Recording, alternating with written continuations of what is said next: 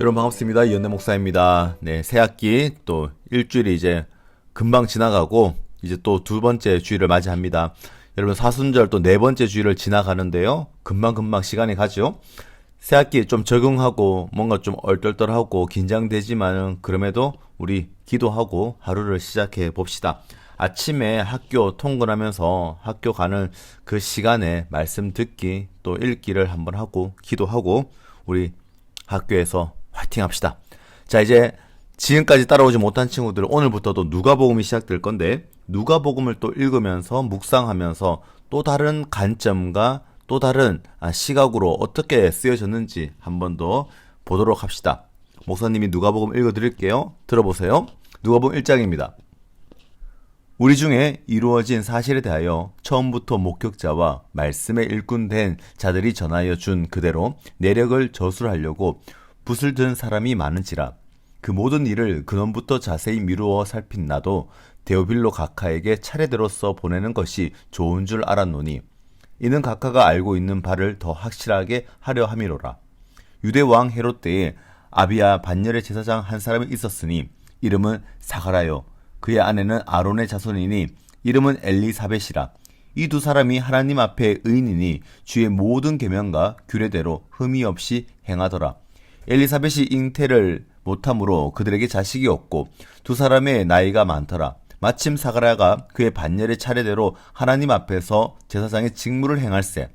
제사장의 전례를 따라 제비를 뽑아 주의 성전에 들어가 분향하고 모든 백성은 그 분향하는 시간에 밖에서 기도하더니 주의 사자가 그에게 나타난 향단 우편에 선지라.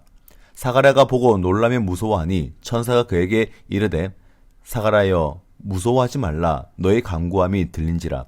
내 아내 엘리사벳이 내게 아들을 낳아 주리니 그 이름을 요한이라 하라. 너도 기뻐하고 즐거워할 것이요 많은 사람도 그의 태어남을 기뻐하리니 이는 그가 주 앞에 큰 자가 되며 포도주나 독한 술을 마시지 아니하며 모태로부터 성령의 충만함을 받아 이스라엘의 자손을 주 곧 그들의 하나님께로 많이 돌아오게 하겠음이라. 그가 또 엘리야의 심령과 능력으로 주 앞에 먼저 와서 아버지의 마음을 자식에게 거스르는 자를 의인의 슬기에 돌아오게 하고 주를 위하여 세운 백성을 준비하리라. 사가랴가 천사에게 이르되 내가 이것을 어떻게 알리요? 내가 늙고 아내도 나이가 많으니이다. 천사가 대답하여 이르되 나는 하나님 앞에 서 있는 가브리엘이라. 이 좋은 소식을 전하여 내게 말하라고 보내심을 받았노라. 자, 누가복음은 우리 사도행전과 원래는 사실 한 권의 책인데요. 나눠져서 사도행전, 여러분도 우리는 읽지 않았지만은 누가복음과 사도행전은 한 권으로 되어 책이고 지금은 두 권으로 지금 바뀌어져 있죠. 나눠져 있죠. 누가복음과 사도행전은 여행의 주제로 중심으로 이렇게 기록된 책입니다. 그리고 복음서 중에서 가장 아름다운 책이라고도 이야기를 합니다. 누가복음은 예수님의 그 예루살렘의 그 여행의 그 전체가 한 40%를 차지한다고 해요. 그리고 사도행전은 전도 여행을 주제로 하였죠. 누가복음에서는 누가는 예수님의 길을 갈릴리에서 시작해서 예루살렘까지 마치는 것으로 여행적인 이야기들로 기록되어 있습니다. 또 사도행전에서는 복음의 길을 예루살렘에서 시작해서 로마에 이르기까지로 되어 있죠. 자, 두 책이 모두 데오빌로를 언급하면서 시작됩니다. 그리고 성령의 충만함으로 예수와 초대교회 사역이 시작된다라고 되어 있고요. 또 공적인 활동 이전에 40일간의 준비 기간들을 언급합니다. 그리고 권위 있는 교훈과 능력 있는 행동들로 그 대적들, 그 선교 사역, 그리고 예루살렘의 선교와 또 여행의 순교의 순환 이야기로 끝나고 마칩니다. 누가복음에서는 이제 시작하는 게 서문에 어떻게 밝히냐면은 근원부터, 즉 바로 그 시작부터 이렇게 시작됩니다. 다시 말해서 요한과 예수님의 탄생 이야기로 시작이 됩니다. 요한과 예수님의 탄생의 이야기. 자, 시작이라는 것. 시작이라는 건 우리 마가복음 1장 1절에도 그리스도의 복음의 시작이라고 했던 것처럼 시작이라는 것, 인간의 세상에서 시작은 미완성으로 시작되는데 예수님의 탄생의 시작은 이미 모든 것을 준비하였고 완성된 시작으로 시작됩니다. 이미 완성되었다. 참 어렵죠. 그러나 시작은 미완성이지만 예수님의 시작은 완성이라는 것을 기억하시고 말씀을 함께 보도록 합니다. 누가복음 1장에서는 또 다르게 본다면은 창세기 1장처럼 수십 년 동안 아기를 가지지 못했던 엘리사벳이 아기를 가지고 절대로 가질 수 없는 그 여자가 아기를 가지는 이야기라는 거죠. 천지를 창조하신 하나님이 아니고서는 결코 일어날 수 없는 이야기가 누가복음 1장에 실려 있습니다. 사가랴와 엘리사벳은 의인이었습니다. 그럼에도 아기는 없었습니다. 의인에게는 자녀의 복이 있다는 것이 구약의 가르침이었고 당연한 것이었습니다. 그런데 자녀가 없으니까 사가랴와 엘리사벳의 고통이 스트레스가 이만저만이 아니었을 겁니다. 그러나 아기를 낳을 수 없는 나이가 되었음에도 아기를 달라고 하는 기도를 멈추지는 않습니다. 마침내 하나님은 천사를 보내서 너의 간구함이 들린지라 내 아내 엘리사벳이 내게 아들을 낳아 주리니 그 이름을 요한이라 하라 라고 말씀합니다. 아들 하나만 달라는 기도에 하나님은 역사를 바꾸는 한 위인 세례 요한을 보내줍니다. 아기를 달라고 기도한 사가랴조차도 아내가 나이가 많아서 아기를 가질 수 없다고 생각했습니다. 하지만 하나님은 그 순간 아들을 주심으로 그 아들이 하나님께서 주신 것임을 알려줍니다.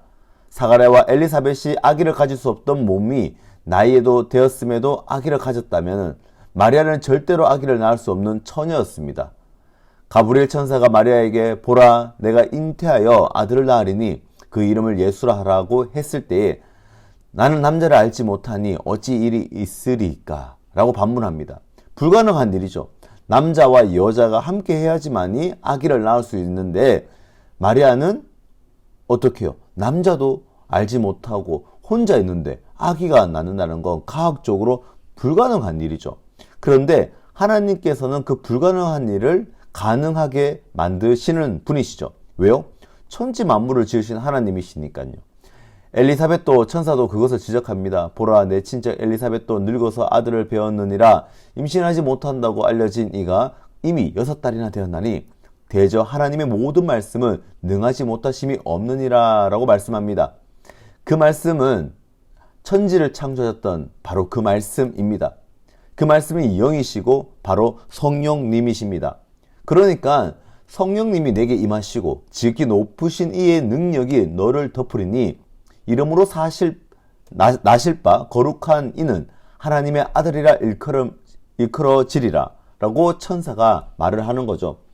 하나님이 사람이 되실 때에 사람의 방법으로 태어나면 그분은 죄를 가질 수밖에 없기에 하나님은 성령님을 통하여서 예수님이 이 땅에 오게 하시는 겁니다. 누가복음 1장에는 분명히 알 수 있는 것은 우리 하나님의 지혜와 놀라우신 능력이라는 거예요. 그분이 능하지 못하심은 없습니다. 그분은 불가능이 없으십니다. 그러므로 우리도 마리아와 같은 신앙을 고백을 하며 살아가야 될 것입니다. 38절에 주의 여종이오니 말씀대로 내게 이루어지이다. 우리도 살아가면서 불가능할 것 같은 것, 예수님에게 우리가 기도할 때에 예수님은 그 믿음과 또 우리의 기도를 들으시고 말씀대로 행하여 주시는 것을 여러분 믿으시고요. 우리의 신앙을 바로 그 근거로서 하나님을 믿으면서 말씀에 순종하면서 우리가 성령님을 믿음으로 나아갈 수 있기를 바랍니다. 그럴 때에 그분은 말씀대로 믿을 때에 하나님께서 역사하신다라는 겁니다.